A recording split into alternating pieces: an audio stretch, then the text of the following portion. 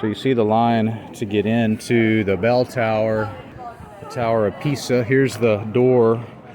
You can go in and walk to the top. And then here we're standing right below the tower. You can see this depression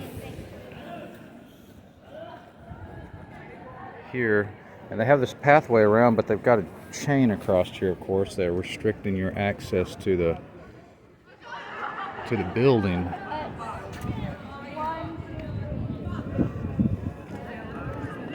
So let's walk around to the other side.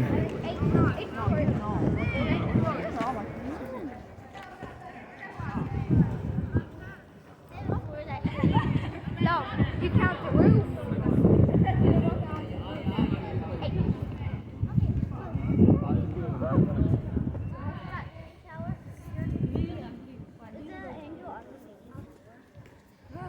Yeah, and they have this side closed off as well.